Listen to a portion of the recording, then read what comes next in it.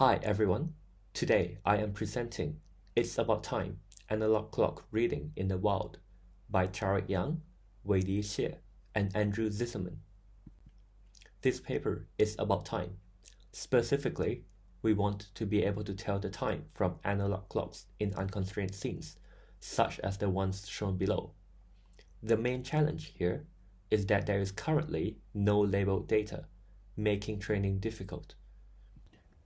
The architecture consists of three parts: an off-the-shelf clock detector, a special transformer network or STN that aligns the detected clock to a canonical viewpoint, and a recognition module, which is simply a 720-way classifier.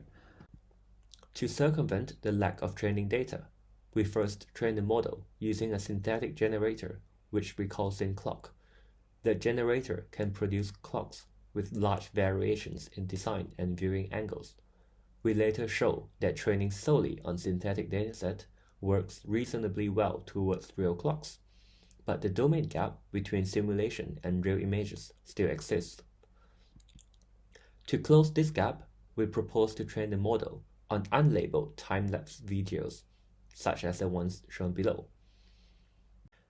Our approach is to pseudo-label these videos with a constraint that time flows uniformly throughout the video. Therefore, if the predictions from the model are largely uniform, we can be reasonably confident that they are correct. To do this, we try to fit a line through the predictions with ransack, and only pick videos whose inlier count is above a threshold. We then retrain the model using the fitted line as pseudo-labels. This way, we are also able to correct wrong predictions from pseudo-labeling. After retraining, the model becomes better at reading clocks and can then be used to generate even better pseudo-labels. Therefore, this pseudo-labeling process can be repeated iteratively. And it is important to note that the whole training process requires 0 manual annotations. There is currently no benchmark for evaluation. We therefore propose 3 benchmark datasets, the first 2 being based on existing datasets that contain clocks, namely COCO and Open Images, where we manually label the time ourselves. The third dataset is based on a movie titled The Clock, where the time in a movie reflects the real time, therefore is automatically labeled. They are all challenging datasets, and no prior work has been successful at reading clocks in the wild. We show strong performance across all the benchmarks, achieving about 80% accuracy in all 3 datasets. We also show the top 1, 2, and 3 accuracies, as well as the accuracies for the hour and minute hands separately.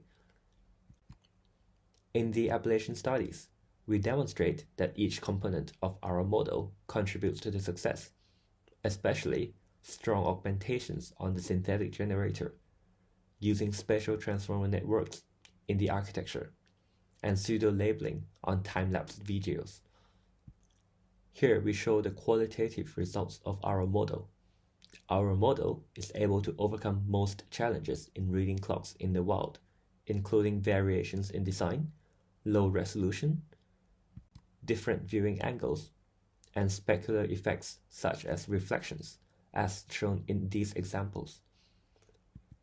It, however, sometimes fails when the design is too novel, when the model is confused between the hour and the minute hands, and when the detector fails to find a clock. As this is a new task, there are some new applications that open up. For example, correcting time in metadata, video forensics, and grouping of images based on time. In summary, this paper proposes a way to read analog clocks without manual supervision by using a synthetic generator and pseudo-labeling on real data with uniformity constraints. We also propose 3 benchmark datasets for evaluation. Thank you for your time.